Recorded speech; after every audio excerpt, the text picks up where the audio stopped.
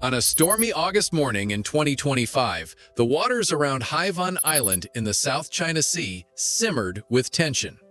A Chinese Navy destroyer shadowed a U.S. Coast Guard ship during a routine Freedom of Navigation Operation (FONOP) to assert international rights in the disputed region. The Chinese vessel broadcast warnings demanding the U.S. ship depart, echoing real-world claims of sovereignty. But the U.S. ship, equipped with advanced radar and anti-ship missiles, held its course, radars locked on target. The atmosphere grew electric, and suddenly the Chinese destroyer veered dangerously close, forcing the U.S. ship to maneuver evasively, a tactic seen in real confrontations. The seas around Haivan Island became a powder keg, poised to explode. The challenge turned aggressive as the Chinese ship deployed water cannons and sonar pings to disrupt the U.S. Coast Guard ship's systems, mirroring provocative tactics recorded in real incidents. In a fictional miscalculation, the ships collided. The Chinese destroyer's bow scraped the U.S. vessel's hull, sparking fires on both. Alarms blared and smoke rose over the waves. The U.S. ship fired warning flares, but the Chinese side mistook this as hostility, launching anti-ship drones. The U.S. vessel activated its close-in weapon system, downing several drones, but surviving missiles shook the sea. The turbulent waters bore witness to relentless explosions, transforming the area around Haiwan Island into a blazing battlefield. As communications jammed, a tactic reminiscent of real cyber attacks attributed to regional powers, the conflict spilled into cyberspace. Hypothetical AI viruses targeted the U.S. ship's navigation systems, while U.S. countermeasures disrupted the Chinese fleet's radar. In the skies, fighter jets from a nearby U.S. carrier clashed with Chinese aircraft in fierce dogfights, inspired by real tense encounters in the South China Sea. Hypersonic missiles streaked toward the U.S. Coast Guard ship, but its advanced defense system intercepted most, debris raining into the sea. Allied forces from a neighboring nation joined with patrol boats, turning Haivan Island into a multinational flashpoint where explosions and black smoke shrouded the sky. The initial mistake ignited a regional firestorm. Chinese carriers advanced, reflecting the real militarization of artificial islands, while U.S. strike groups converged from the Pacific. Submarines prowled beneath, launching torpedoes in a deadly game of cat and mouse. Islands near Haivan became launch pads for ground-based missiles, shaking the region. Maritime trade halted, economies reeled, and international outrage surged as satellite footage captured the devastation. The U.S. Coast Guard ship, though damaged, sank the Chinese destroyer with a barrage of anti-ship missiles. But the victory was costly, with heavy losses on both sides. As the conflict threatened to engulf the region, an unexpected diplomatic breakthrough emerged. A neutral Asian nation convened an emergency summit on a peace ship anchored off Haivan Island. Recognizing the cost of destruction, the warring sides agreed to pause hostilities for talks. Warships withdrew, making way for relief vessels carrying food and medicine to nearby ports. Underwater patrol robots monitored the seas, thwarting sabotage attempts by rogue factions. Though a tentative peace held, the South China Sea remained volatile, littered with sunken wrecks and disrupted trade routes. Covert cyber attacks persisted, signaling unresolved tensions. The initial mistake at Haivan Island left a stark lesson. A single collision could push the region to the brink of catastrophe. As a journalist covering international maritime tensions, I've followed the escalating confrontations in the South China Sea for years.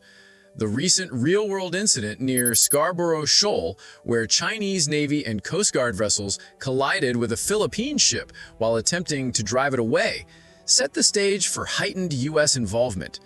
This event, occurring just days before the U.S. deployed the USS Higgins, a guided missile destroyer, and the USS Cincinnati to the disputed waters, underscores the fragile balance in the region. Beijing's claim that it expelled the USS Higgins from the area, denied by the USS Navy, adds fuel to the fire. Drawing from these actual events, I've crafted a fictional war scenario that imagines how such a challenge could spiral into full-scale conflict, blending real geopolitical flashpoints with speculative escalation for dramatic effect. This is purely hypothetical, exploring the what-if of a big mistake in challenging the wrong ship. In the choppy waters of the South China Sea near Scarborough Shoal, tensions boiled over on a stormy August morning in 2025. Inspired by real incidents where Chinese vessels aggressively maneuvered against foreign ships, a Chinese Navy destroyer shadowed the USS Higgins during a routine Freedom of Navigation operation, FONOP. The Higgins, an Arleigh Burke-class destroyer equipped with Aegis radar and Tomahawk missiles, was patrolling to assert international rights in the disputed area, much like U.S. warships have done in response to Chinese claims. The Chinese ship broadcast warnings, demanding the Higgins depart, echoing Beijing's real-world assertions of sovereignty. But the Higgins held course, its crew on high alert. Suddenly, the Chinese vessel cut dangerously close, forcing evasive maneuvers, a tactic seen in past close encounters. Radars locked, and the sea turned into a powder keg. The challenge turned aggressive as the Chinese ship deployed water cannons and sonar pings, disrupting the Higgins systems, methods reminiscent of actual confrontations where Chinese forces have used non-lethal but provocative tactics against U.S. and allied vessels. In this fictional twist, a miscalculation led to a collision. The Chinese destroyer grazed the Higgins hull, sparking fires on both sides. Alarms blared aboard the Higgins as damage control teams rushed to seal breaches. Drawing from real reports of Chinese ships colliding with smaller vessels near Scarborough Shoal, this incident ignited chaos. The U.S. ship fired warning flares, but the Chinese vessel interpreted it as hostility and launched anti-ship drones, forcing the Higgins to activate its close-in weapons system, CIWS, for defense. Waves crashed as missiles streaked across the sky, turning the challenge into a firefight.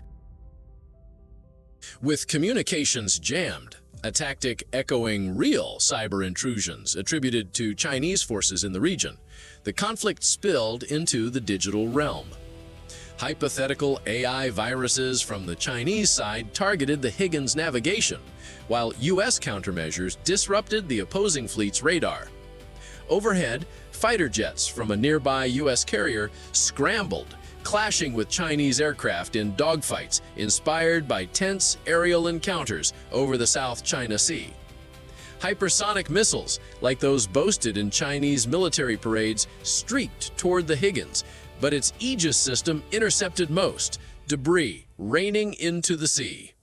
The battle expanded as allied Philippine forces, drawing from their real collisions with Chinese ships, joined the fray with patrol boats, turning the shoal into a multi-nation hotspot.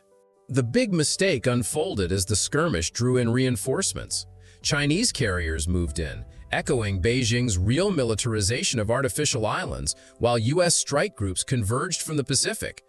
Submarines lurked beneath, launching torpedoes in a cat-and-mouse game. Islands near Scarborough Shoal became launch pads for ground-based missiles, inspired by actual disputes over the feature.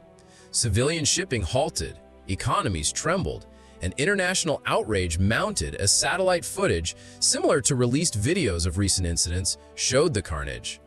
The Higgins, damaged but defiant, sank the challenging Chinese ship with a barrage of Harpoon missiles. But the victory was Pyrrhic, with losses mounting on both sides. Under UN pressure, a ceasefire emerged after days of intense fighting, with both sides claiming victory, much like the rhetorical battles in real diplomatic spats. The South China Sea simmered, scarred by sunken vessels and disrupted trade routes. Reconstruction pledges followed, but underground cyber skirmishes continued, hinting at future flare-ups. This fictional escalation from a single challenge highlights the perils of miscalculation in disputed waters, where real incidents like those near Scarborough Shoal could tip the balance toward catastrophe. In 2025, the conflict between Ukraine and Russia has persisted, with Ukraine developing advanced drone technology supported by Western allies.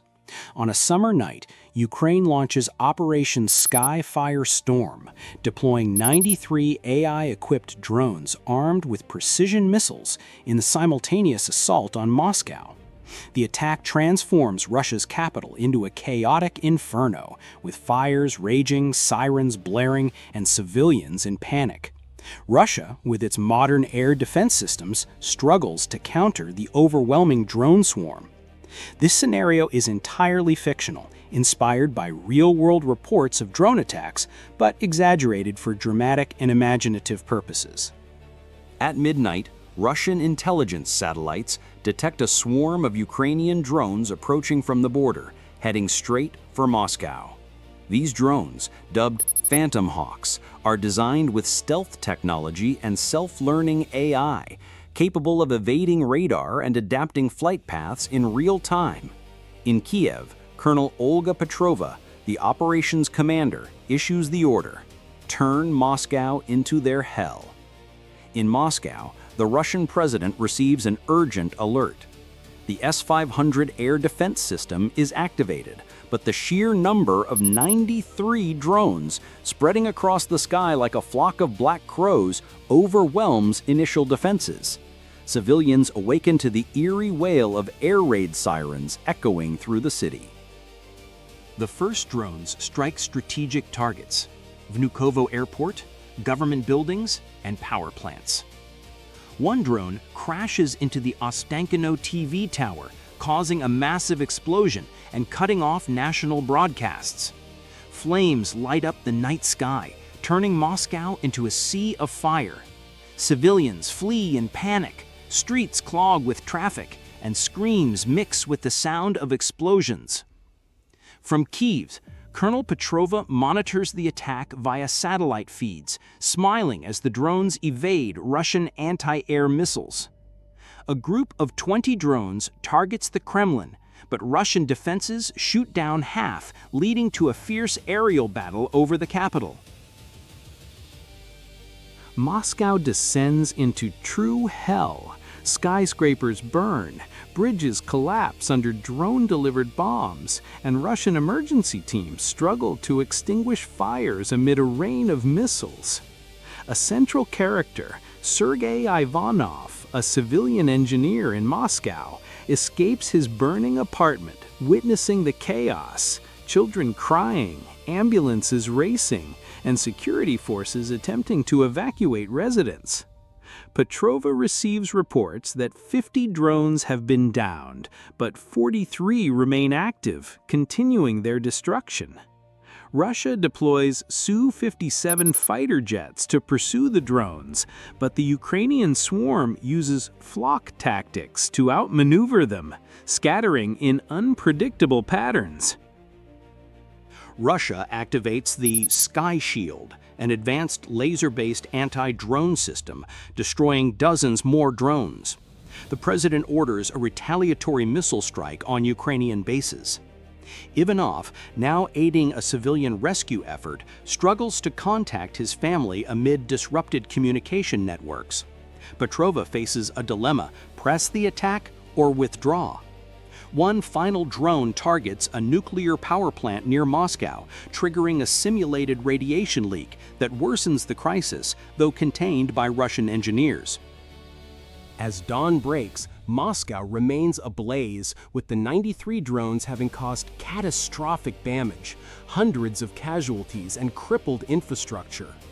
Russia claims victory for downing most of the drones, but Ukraine views the attack as a psychological triumph. Ivanov survives, but the city he loves lies in ruins. Both sides agree to a temporary ceasefire, but tensions simmer, with the world bracing for a potential all-out war.